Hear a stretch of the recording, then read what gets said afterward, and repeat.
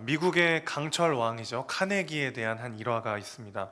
그가 어렸을 때 하루는 어머니와 함께 시장에 간 적이 있었는데, 어머니가 이제 물건을 고르시는 동안에 카네기는 과일 가게에서 체리 상자 앞에 가만히 서 있었다고 해요. 그 모습을 본 주인 아저씨가 너 체리 먹고 싶은 모양이구나. 한 줌 지어가서 먹어라, 이렇게 이야기를 했다고 합니다. 근데 카네기가 웬일인지 꼼짝도 하지 않고 가만히 있었다고 해요. 주인이 되게 귀엽기도 하고 기특하다는 듯이 이렇게 웃으면서 한 움큼 집어가지고 카네기한테 줬고, 그때서야 이제 카네기는 인사를 하고 받아서 갔다고 합니다. 가게 문을 나가서 이제 집으로 돌아가는데 어머니가 물었던 거죠. 너 왜 처음에 아저씨가 가져가라고 했을 때 가만히 있었냐 그랬더니, 카네기가 빙긋 웃으면서 말했대요. 엄마, 내가 집으면 요만큼이지만 아저씨가 집어주면 이만큼이잖아요.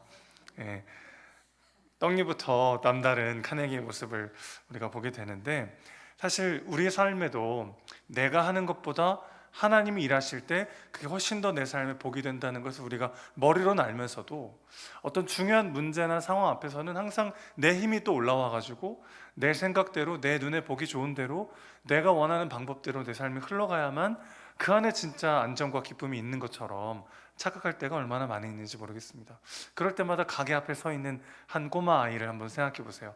내가 이렇게 지으면 요만큼밖에 안 되지만 아저씨가 주면 이만큼이니까 그때 줄 때까지 기다리는 그 꼬마의 지혜.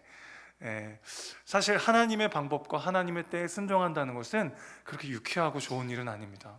왜냐면 내가 내 눈에 보기 좋은 이 빠른 길이 있고, 당장 이 길로 가면 내 인생이 더 좋을 것 같은데 그 마음을 거절하고 하나님의 인도하시는 그 길로 나아간다는 건 사실 유쾌하지 않고 힘든 일일 수 있죠.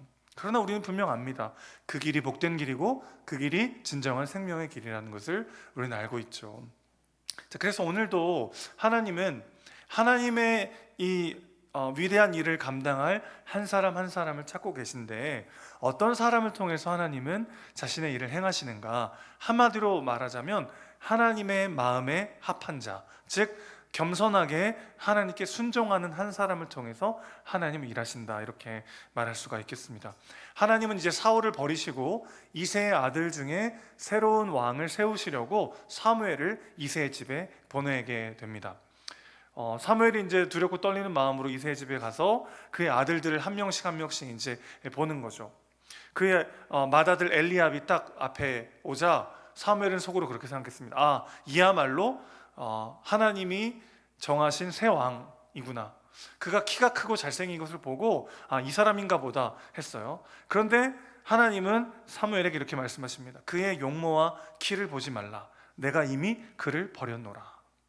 맏아들 엘리압이 무슨 잘못을 해가지고 왜 하나님 이미 버리셨을까요? 사실 이 단어 하나하나가 용모와 키를 보지 말고 내가 그를 이미 버렸다라고 한다면 사무엘이 누구를 생각했을까요? 사울을 생각했겠죠. 그러니까 하나님은 지금 사무엘에게 이렇게 말씀하시는 거예요. 나는 또 다른 사울은 필요 없다. 엘리압이 뭔가를 잘못해서가 아니라 그의 외모를 보고 왕의 제목이라고 판단했던 사무엘에게 키 크고 잘생긴 거, 그거 아무것도 중요하지 않다라고 지금 한 번 더 말씀하고 계신 것이죠. 하나님께서 사실 사울에게도 원하셨던 것은 하나입니다. 바로 순종이죠. 순종.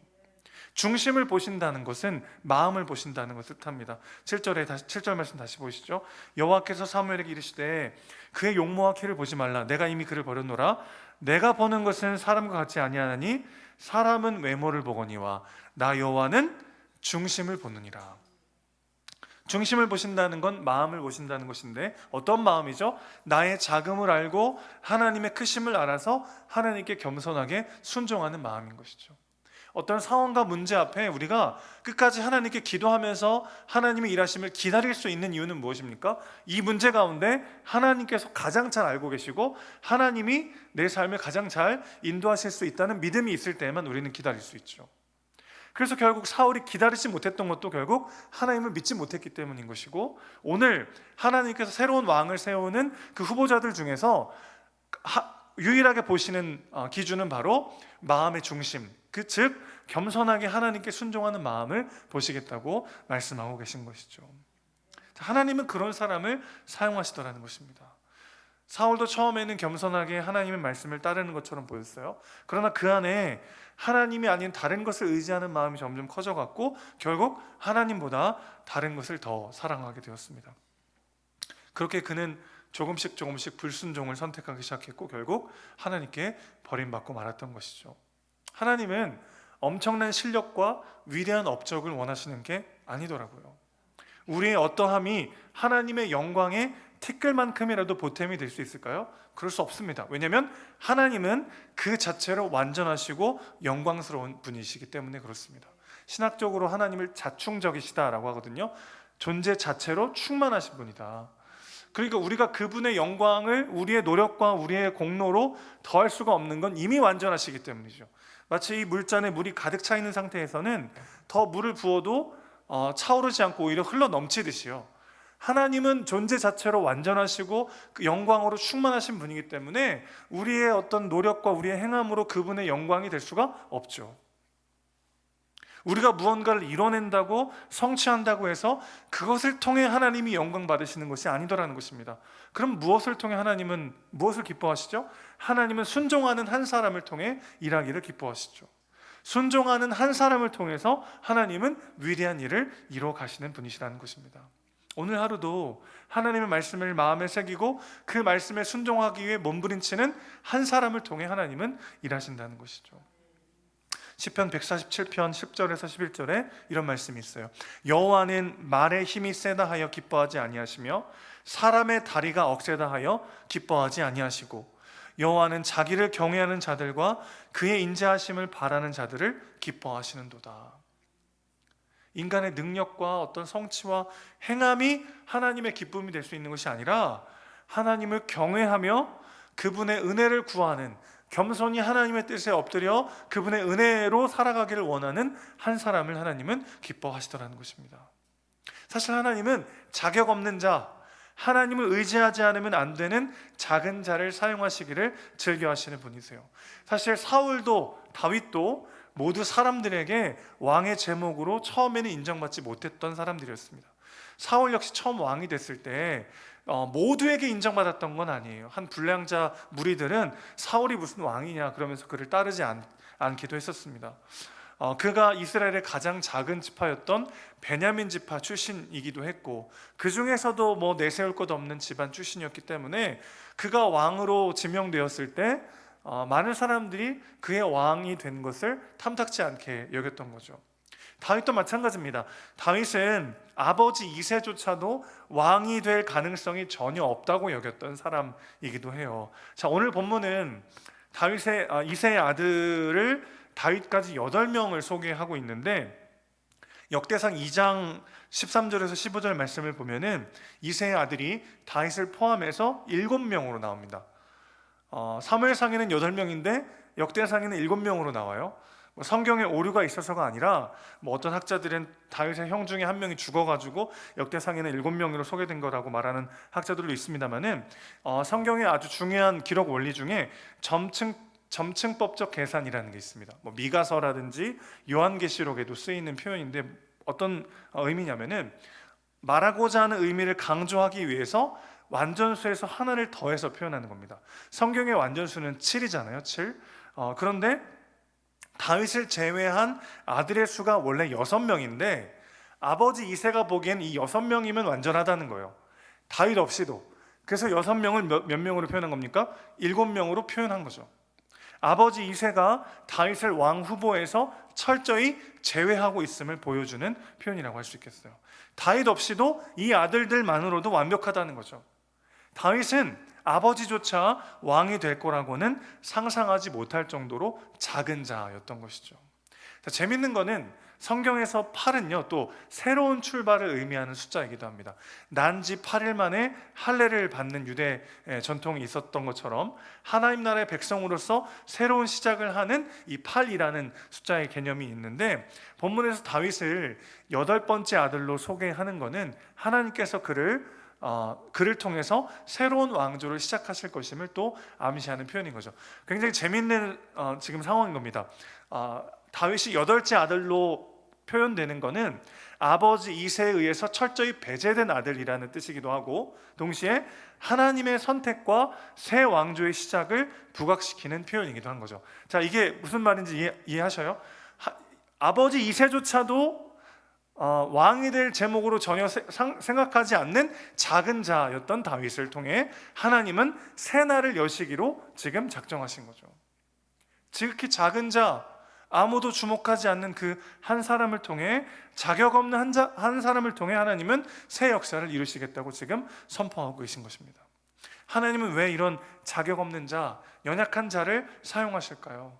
약하고 부족하지만 하나님을 의지하는 자가 강하고 뛰어나지만 하나님 없이 사는 사람보다 훨씬 더 위대하고 큰 일을 감당할 수 있기 때문이죠.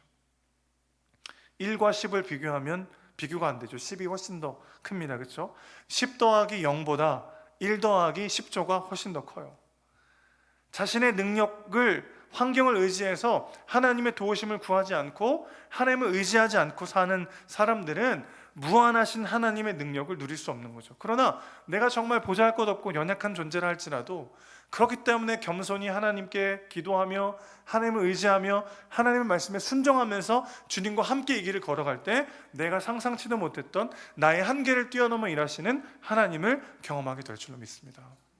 그러니 오늘 하나님께서 이새의 여러 아들들 중에 막내 아들 다윗을 선택하여 왕으로 세우시는 이 장면을 통해서 우리가 배울 수 있는 건 무엇입니까? 하나님이 정말 원하시는 사람, 하나님이 정말 사용하시는 사람, 어떤 사람이죠?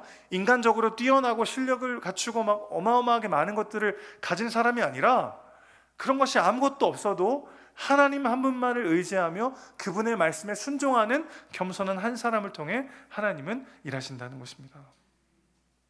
고린도전서 1장 27절에서 29절 말씀, 너무 유명한 말씀이죠. 그러나 하나님께서 세상의 미련한 자들을 택하사 지혜 있는 자들을 부끄럽게 하려 하시고, 세상의 약한 것들을 택하사 강한 것들을 부끄럽게 하려 하시며, 하나님께서 세상의 천한 것들과 멸시받는 것들과 없는 것들을 택하사 있는 것들을 폐하려 하시나니, 이는 아무 육체라도 하나님 앞에서 자랑하지 못하게 하려 하심이라. 그 누구도 하나님 앞에서 자신의 높음과 위대함을 자랑할 수 없습니다. 그분을 사랑하는 미련한 자들이 결국 가장 지혜로운 자들이죠.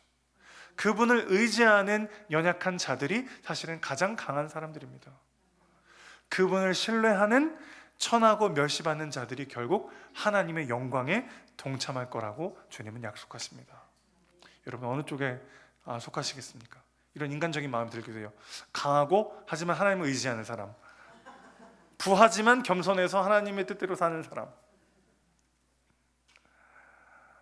물론 그런 사람도 있습니다. 하나님께서 무조건 하나님 쓰시는 사람들은 다 가난하고 연약하고 부족한 사람만 쓰시는 게 아니라 다양한 사람을 사용하죠. 그러나 내가 가난하건 부유하건, 내가 강하건 약하건, 내가 이런 장점이 있고 이런 단점이 있고, 그와 상관없이 그 모든 순간, 그 모든 영역 속에 하나님 한 분만이 내 삶의 주인 되셔서 그분의 말씀대로 살아갈 때 거기에 진정한 생명과 영광이 있다는 것을 아는 그 겸손한 한 사람을 통해 하나님 오늘도 일하고 계신 줄을 믿습니다. 눈앞의 현실과 상황이, 나 자신의 어떠함이 내 삶을 끌고 가는 것이 아니라 오늘도 나와 함께 하시는 그 전능하신 하나님, 그분의 말씀에 순종하여 그분을 따라갈 때 하나님께서 우리 삶을 책임지시고 완성하실 줄로 믿습니다. 주님이 찾으시는 그 한 사람, 그 한 사람이 저와 여러분 되시기를 주님의 이름으로 축원합니다.